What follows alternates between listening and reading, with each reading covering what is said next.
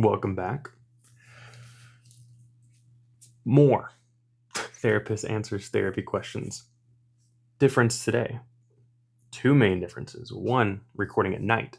Maybe I should turn the overhead light off for this type of thing, but we're going to roll with it for now. Keep my head down. And we're testing on a new microphone.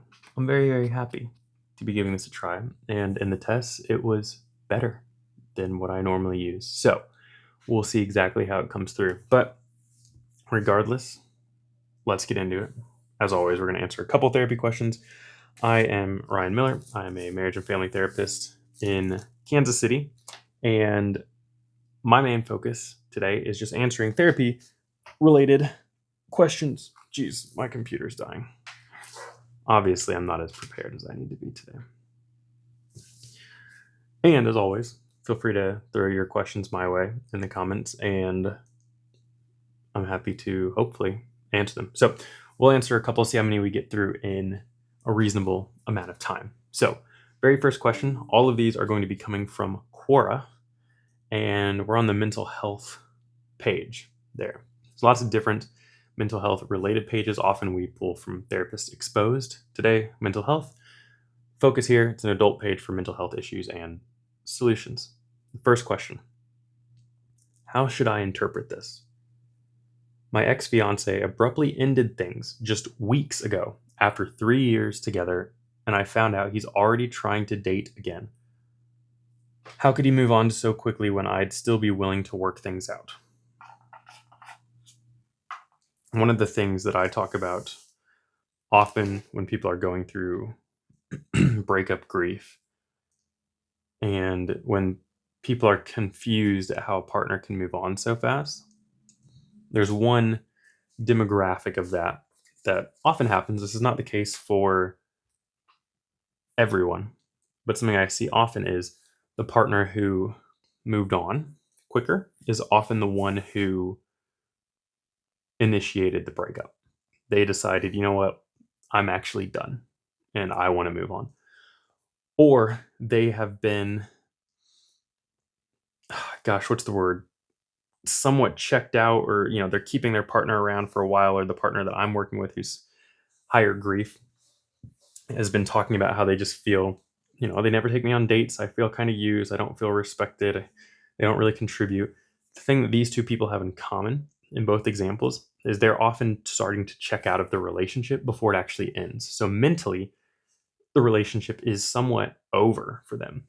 So if it's a blind side for us, or if we make the decision to break up, not impulsively, but we last straw, we're done, and we're grieving it hard, the other person has already grieved a lot of that, or they were never that invested in the first place, which can be really hard to hear. So this person, they've been dating for 3 years, broke up 6 weeks ago, including engagement being called off, and the person's already dating again or trying to date again. Another thing that's important here is I'm a big proponent of we shouldn't know if the other person's dating again. If it's over and it's not very amicable, I think it's really healthy to not be in connection still. Sometimes that still happens. But where we have control, not checking their social media doesn't mean we have to block them. We can, doesn't mean we need to, but not checking social media, not reaching out to their friends. And I say this as someone who's done all of that in the past, and it's not very healthy. And it keeps us fixated on what they're doing and where they're at versus our own grief and healing process. So obviously I don't know the full context of this, but I lean against trying to keep up with what they're doing, including dating. Depending on your friend circle, sometimes people just tell you what's happening with them, or there's overlap, and that kind of sucks at times. But how could he move on so quickly when I'd still be willing to work things out? He's checked out, and you're not. And we also don't know if he's moving on quickly. Some people, part of the way that they grieve is when they grieve, they jump back into a relationship to avoid the pain. So from our perspective, it might look like the person is not caring or they're not hurting, but they just are avoiding it dramatically in reality. Of course, all of this is a form of, I'm blanking on the word, a cognitive distortion. It's called mind reading. We don't know what's going on. All you know is what you actually see, which is not the full picture, or what you actually hear, which might not even be the truth. So the person's out dating again. How do we know that? Have we seen them dating? Are they on a dating app? Do our friends tell us? That doesn't even mean that they're getting over it, but it sucks. Grief is hard, and it's really hard in romantic relationships where it's not amicable when it ends. That's difficult. So I am sorry that this person is dealing with that. Question 2, on the theme of relationships still. Should I get therapy because of my childhood trauma caused by my narcissistic mother before marriage? If yes, for how long? This was worded kind of odd. The person is just asking, before they get married, should they go to therapy? Specifically to focus on childhood trauma caused by their narcissistic mother. And if the answer is yes, how long should they go? It's probably a good idea. Any type of childhood woundings, I mean, good luck not having those come up in a marriage. It's pretty much guaranteed to happen. Doesn't mean you can't face them as you go, but I think the fact that this person's asking the question is kind of implying the answer being yes. If you're wondering, should I work on something before I get married? The answer is usually yes, but it doesn't mean you have to be perfected in that area. So I think some people can hyper focus on, I need to work on myself before I get married, even before I date. Yeah, but also you're never going to be perfect. So a lot of people um, are interested in others who are working on themselves and developing, but they're not there yet. No one's going to find a partner who's arrived. So I think the fact that you're willing to put the effort in, or at least take those first steps, is enough. If you're having doubts about the relationship, and you're not sure where it's coming from, that could be useful for therapy. Because sometimes, I don't know the specifics of the narcissistic mother. And I also want to acknowledge narcissistic parenting and narcissistic people is a buzzword. It's very much a TikTok word in the category of, narcissism, OCD, ADHD, neurodivergent. People just throw these things around and they don't know what they mean. And they're not actually using diagnostic criteria. This is very common. So there's a lot of things that I see that are social media style lingo. I mean, it's a real word. Narcissism and narcissistic are real, and they're diagnosable personality disorders. But a personality disorder is different than some tendencies and some traits or a misinterpretation of events. There's also potential for people to project that onto others when they're the ones doing it. So I have no context to this. Assuming a narcissistic mother, yeah, you probably do need to go get some work done. And if you're getting married and your partner supports that, that could be something where it's really good for you to get your own work, and then for the two of you to do premarital counseling and make sure that that other counselor for your premarital counseling knows the work that you're doing for this childhood trauma. The follow-up question, if yes, for how long? However long it takes. This is not going to be a couple days or a couple sessions. If this is intense, we're talking childhood trauma, and that trauma being caused by parents. That's two separate trauma. I mean, any trauma is trauma, but when it comes from parents, those are caregivers. Their primary role is to take care of and steward your health and development and teach you how to move about the world and understand love and connection and trust.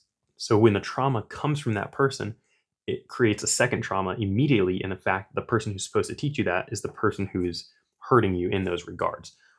So there's the childhood trauma of the experience, and then it doubles up because it's from a parent. So sometimes people have childhood trauma of, there's inappropriate touch, or they had a really scary experience that maybe was near death. But when they had loved ones, like parents who were there and present and helpful, it's different. And so when you don't have that, especially when the trauma comes from that caregiver, it's extra awful. So yeah, it's for however long it takes. And there's a high chance this will be years and years and years. And I don't know how old this person is, but often this gets harder the older we get. Not because we're older, but because of the amount of time it's festering and developing and remaining unresolved. It often takes more to undo that. So, yeah, it's a great starting place to even ask the question. And I hope for the best for this person. I don't know how new, it's a relatively new question. So, yeah. And all of the comments on this question are, well, at least a lot of them are very like, yeah, you should. So, well, there's actually different opinions in here. But the general consensus is, yeah, take care of it, which I would agree. So, another good question, another sucky situation. A lot of mental health questions come from a place of this sucks. How do I move through it? So, question 3. Do others struggle with getting stuck in anger? Knowing something's bothering them, but unsure what or why, and finding it hard to shake off that emotion? Short answer is yes. Other people experience that. And something to note too, typically, if you're listening and you have something you're struggling with and you're wondering, do other people deal with that? Yeah. Yeah, it's unbelievably rare that you're the only person dealing with your thing. It's guaranteed that you're the only one experiencing it fully through you and your experience and the very fine details of how that intersects with you, your experiences, what you're thinking. But in terms of the black and white practicals of it, I mean, I can't think of anything that makes one person completely unique in their situation. So, yeah, it's definitely something that don't ever feel like you're 100% alone, even if you don't always feel like people understand. So, do others struggle with getting stuck in anger, knowing something's bothering them, but unsure what or why? So, the question's technically answered, but I'll elaborate more. Why do people get stuck in anger, knowing something's bothering them, but unsure what or why?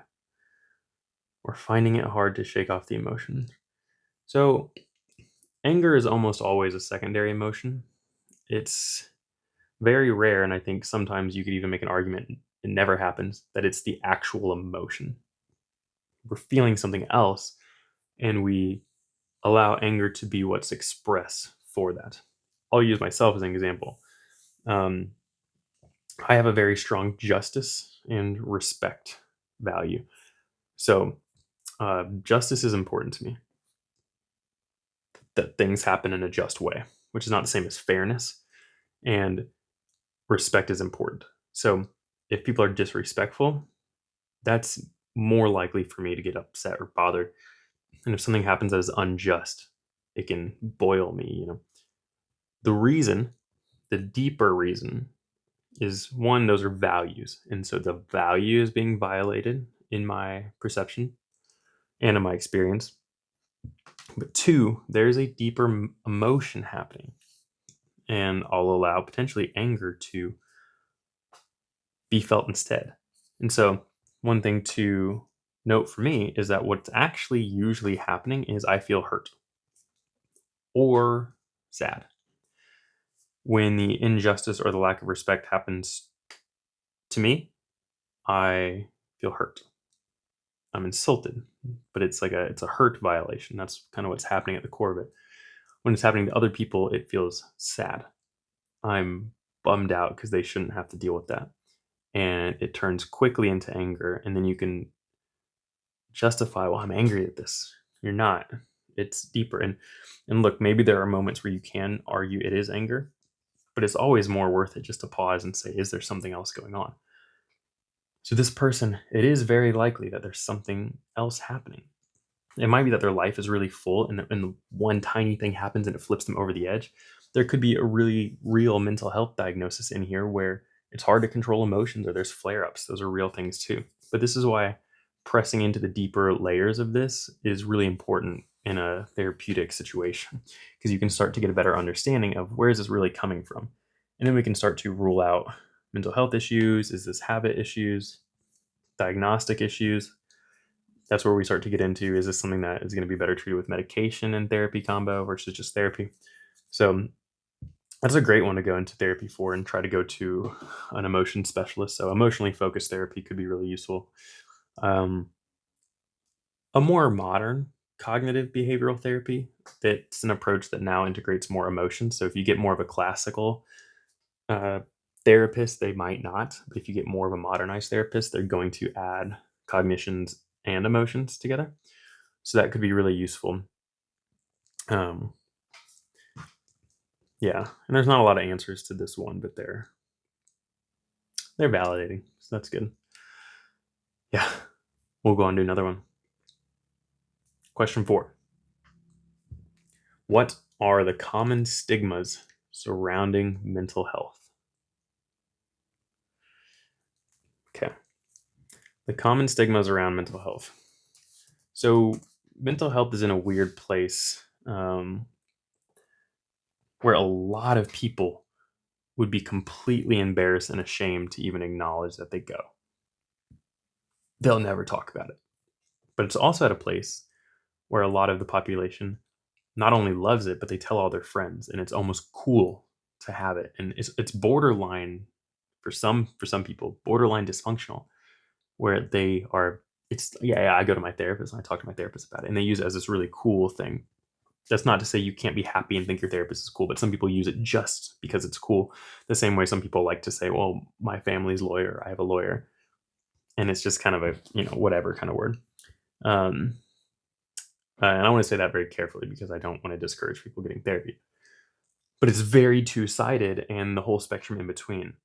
You really don't know people's opinion of it. It's in a weird place, which is not a bad thing. It's transitioning to more socially acceptable, but at the same time, there's a lot of therapy and a lot of therapists um, who fit some of the stereotypes of people just pouring their money into something not helpful, and your therapist isn't very useful. And there's this that's very true as well. That it's a lot of people think therapy is for weak-minded people, and I'll put it this way: if you're interested, go watch some of my YouTube shorts, and you can see the stigmas come out. I have a very small channel, so the comments aren't robust. So they're usually people have a strong emotion about something I said. Lately, I've gotten a lot of uh, rude ones, and so that's a great place to go look. Is check out some of my shorts with comments in them, and you'll see some of the stigmas flare up right away. People saying it's for weak-minded people, for disabled people, for idiots, for um, well, there's so many things people say. It's very negative from a lot of people, and even within families, it's negative. Most of that's unfounded. There's very real bad experiences people have with therapy, but a lot of the stigma statements are just ignorant. I don't really mind if people think therapy is not always useful. I don't think everyone should go to therapy. I don't think it's for everyone. And I don't think it's the solution. I don't even think it's the mental health solution for everyone. A lot of people can take care of their own mental health at home. I actually think most mental health problems can be solved at home, but we have professionals for a reason. And so when you throw the baby out with the bathwater, so to speak, you disregard what is essentially a pretty well researched field. There's a lot of people who don't know what they're doing in the field, just like any other field, but the data is there and you can go look at it and look at the research. And when in doubt, you can always, not that reading research is a walk in the park, but it's always an option. So um, you heard a couple of the stigmas that I've heard just in the language that I use there. And yeah, it does suck, but people are in different places with therapy, and um, it's also something. Frankly, you can probably just Google that question. What are the common stigmas surrounding mental health and see it? Which is why I'm not really giving a here. Here's all the answers. Just my experience and what I've seen. Um, People I'm close to have often made an assumption if they don't have a lot of therapy experience, and this is from all of my family and friends. A lot of people are really, and no one's been discouraging of me doing this job, but some people make the assumption that I'm working with quote unquote crazy people or really messed up people. And what I usually like to tell them is, I'm like, I'm working with people like you, and that's always a fun way to introduce the idea of you don't have to be insane to need therapy.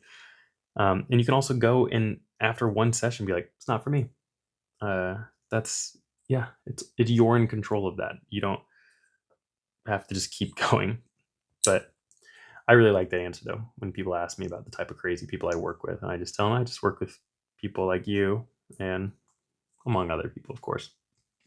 But it gets the conversation going because some of the stigmas are actually just misinformation and outdated things which were real. I mean, a lot of people they think of, things like lobotomy and insane asylums and when we used to integrate mental health with really aggressive psychiatric care. And we used to I mean, some people we used to euthanize them, other times we sterilize people, all in the name of bettering mental health in society. So there are holdovers of a time where people's assumption is this is dangerous. And I even have clients today coming in and they'll ask me, you know, what can I say before you institutionalize me? And they say it as a joke, but it's very serious. Some people won't talk about suicide and they won't talk about self harm or even homicidal thoughts or dangerous things because they think I'm going to call the police or I'm going to call a hospital. And while, admittedly there is a line where that has to happen, it's so hard to cross that line. I've never had to do it. And I'm really clear with clients in our very first session what would constitute that. So they already know. And it's really strict criteria before I make a call. And even then, I will make the call with them. And usually they're up for it if I mean, I haven't had to, but that's typically when you structure this well, they're up for that call too because they want help. They don't want to do the awful thing that they're thinking about. The only time I wouldn't do that with a client is if my safety felt threatened. But it's not a common thing. More so in intensive care and agency settings, but in private practice and your general population and general therapy and mental health needs, we don't do that kind of stuff anymore. And with maybe some exceptions too, some people are really dangerous, or maybe they're really, really low functioning, but very strong, and they're a physical threat to people. Sometimes there's holding. Why am I blanking on the words? Not maneuvers, but maybe that's the right word. Where you have to, hold people down and do things like that and restrain, and that's sad when that happens, and that's a real thing. But most of the people I know in mental health are really interested in just getting people on their feet. They're not interested in getting people into facilities, and for what it's worth, it's against ethics codes to do any type of kickback. So I could actually lose my license if I send someone to a mental health hospital and then I get some sort of money back or I get a kickback from that, because we don't want to incentivize care that's not needed. So it's actually an ethics code violation if I refer people to a hospital and the hospital gives me a referral bonus for that. So there are safeguards in place. So yeah, I think that's it. We'll stop it at 4, and hopefully the sound came in well. I'm excited to see how this plays out. And as I said before, look forward to more of these on Friday, and I'll be looking forward to seeing everyone next week. So have a good weekend. See ya.